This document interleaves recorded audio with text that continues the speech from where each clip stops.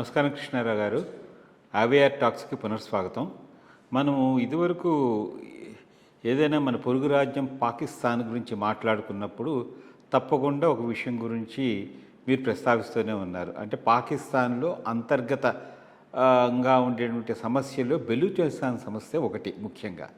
So ఈ బెలూచిస్తాన్ సమస్య యొక్క దాని ఉద్భవం ఎట్లాగైంది? ఎందుకంటే మనకి 1947లో భారతదేశానికి స్వాతంత్రం వచ్చినప్పుడు రెండు ముక్కలుగా పాకిస్తాన్ అండ్ భారతదేశంగా విడిపోయినప్పుడు అప్పట్లో ఈ బెలూచిస్తాన్ అంటే అదొక ప్రత్యేకమైనటువంటి తెగ, దానికి ఒక భాష కూడా ఉంది. అప్పుడు అక్కడ వాళ్ళు ఏమన్నారంటే, లేదు మేము స్వతంత్రంగా మేమే ఉంటామని చెప్పి వాళ్ళు ప్రకటించారు. దానికి ఏంటంటే ఖానేట్ ఆఫ్ కలాత్ అని చెప్పేసి వాళ్ళు పెట్టుకోవడం. బట్ 1948లో పాకిస్తాన్ వాళ్ళు ఏం చేశారు, వీళ్ళని వెళ్ళి ఇది చేసి కలుపుకున్నారు. ఇప్పుడు బెలూచిస్తాన్ ఏమో ప్రాంతం అనేది ఉన్నది ఏంటంటే మూడు, ఒకటి పాకిస్తాన్లో కొంత భాగము, కొంత ఇరాన్లో భాగము, కొంత ఆఫ్ఘనిస్తాన్లో భాగము.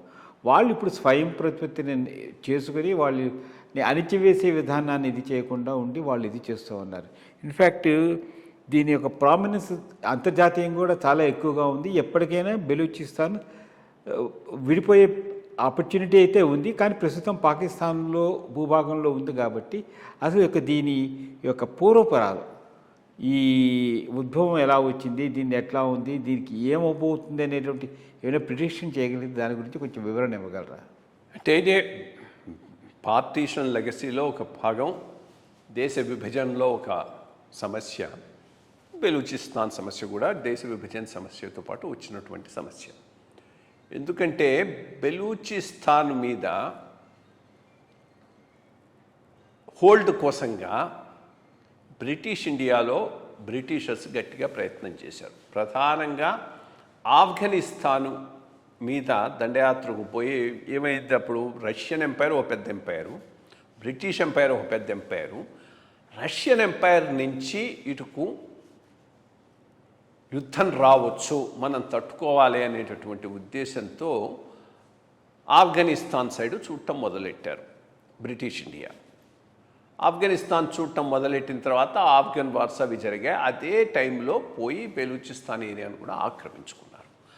ఆక్రమించుకున్నప్పుడు ఏం చేశారంటే మొత్తం అంతా వాళ్ళ దీంట్లోకి తీసుకొని రాకుండా అక్కడ ఒకటి అంతకుముందు ఉన్నటువంటి వాడు అదే ఖాన్ ఆఫ్ ఖలాత్ అని అతని ఏరియాను ఒకటి సపరేట్గా అదొక ప్రిన్స్లీ కింగ్డమ్గా ఉండిపోయింది. మిగిలిన ఏరియా కొంత బ్రిటిష్ ఇండియాలో ఉండింది, Quetta and other things.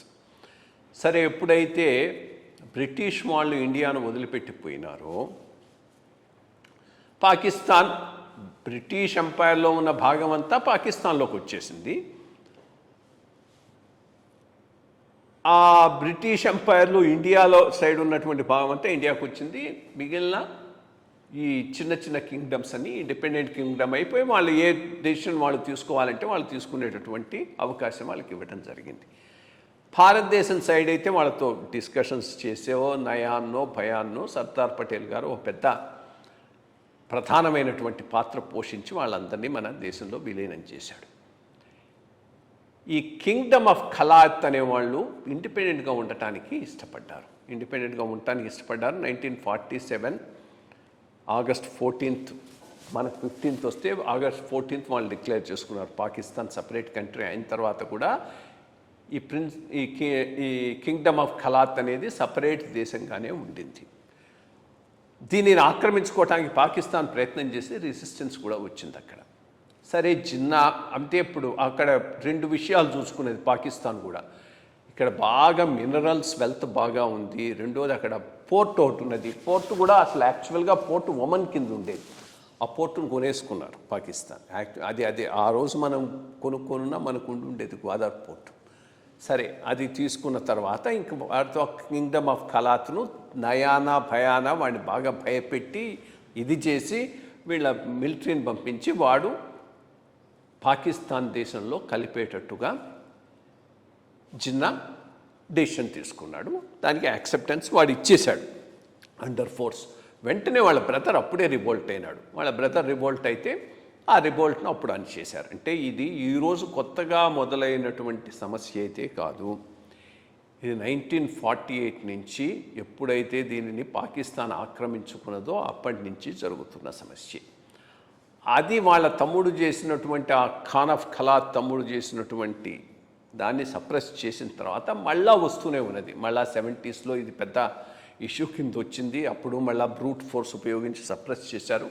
But వీటన్నిటికీ మించి పెద్దగా ముషఫర్ టైంలో ఇది పెద్ద ఇష్యూ అయింది.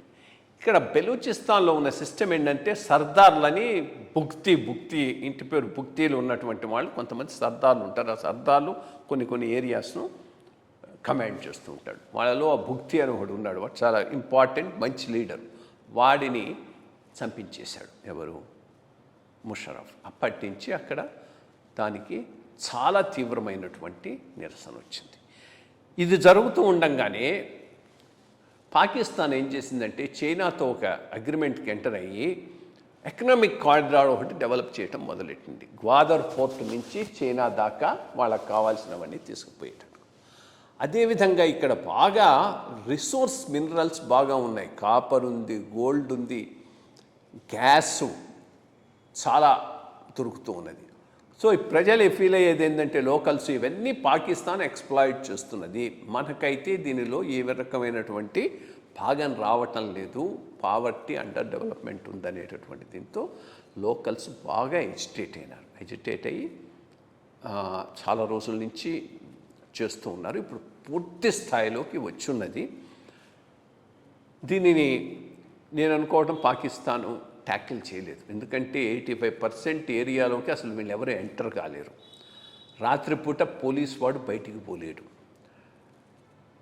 మిలిటరీకి కూడా కంట్రోల్ లేదు.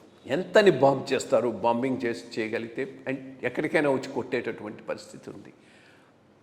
ఇరాన్లో ఉన్న పోర్షన్, ఆఫ్ఘనిస్తాన్లో ఉన్న పోర్షన్ స్మాల్ పోర్షన్. అది పెద్దగా అది ఎప్పటికైనా ఇది కనుక ఇండిపెండెంట్ అయితే అదే వచ్చి జాయిన్ అయిపోతుంది. బట్ ఇది ఇండిపెండెన్స్ కోసం గట్టిగా ట్రై చేస్తున్నారు. ఇప్పుడున్న పరిస్థితిలో దీనిని హోల్డ్ ఆన్ చేసుకునే పరిస్థితిలో అయితే పాకిస్తాన్ లేదు. బట్ ఇది ఇండిపెండెంట్ దేశం కావాలంటే బయట నుంచి సపోర్ట్ కావాలి. బయట నుంచి సపోర్ట్ కావాలి అంటే అమెరికా, చైనా రెండు ఇంపార్టెంట్. పాకిస్తాన్ డిసింటగ్రేట్ కావటం స్ట్రాటజిక్గా మనకు అవసరమని అమెరికా అనుకున్న రోజు మాత్రం బెలూచిస్తాన్ సపరేట్ కంట్రీ అవుతుంది. లేకపోతే ఈ మిలిటరీ లీడర్షిప్ చేసేటటువంటి ఎక్సెసెస్ అని అమెరికా ఎక్స్క్యూజ్ చేసి వాళ్ళకు సపోర్ట్ ఇవ్వచ్చు. చైనా పాకిస్తాన్తో సపోర్ట్ అయ్యే అవకాశం ఉంది. ఎందుకంటే ఆల్రెడీ ఇక్కడ వాళ్ళ ఎకనామిక్ కారిడార్ ప్రాజెక్టు పాకిస్తాన్ నుంచి సపోర్ట్ ఉంది. బెలూచిస్తాన్ సపరేట్ కంట్రీ అయితే ఎకనామిక్ కారిడారు ఎఫెక్టివ్ కాకపోవచ్చు. సో చైనా పాకిస్తాన్తో సపోర్ట్ చేయొచ్చు. అమెరికా దీని మీద ఆధారపడి ఉంటుంది.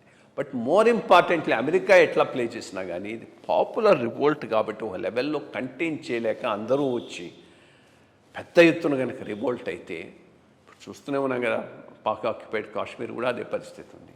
ఒకరోజు కాకపోయినా ఓ రోజైనా పాకిస్తాన్ ఎనఫ్ విడ్రా అనేటటువంటి పరిస్థితి కూడా వచ్చేటటువంటి అవకాశం ఉంది. ఎందుకంటే దీనికి మిలిటరీలీ సొల్యూషన్ దొరక్కపోవచ్చు, పొలిటికల్ సొల్యూషన్ చేసేటటువంటి ఇన్స్టిట్యూషన్స్ పాకిస్తాన్లో లేవు. That is the problem. మంచి విషయాలు చెప్పారండి. నమస్కారం.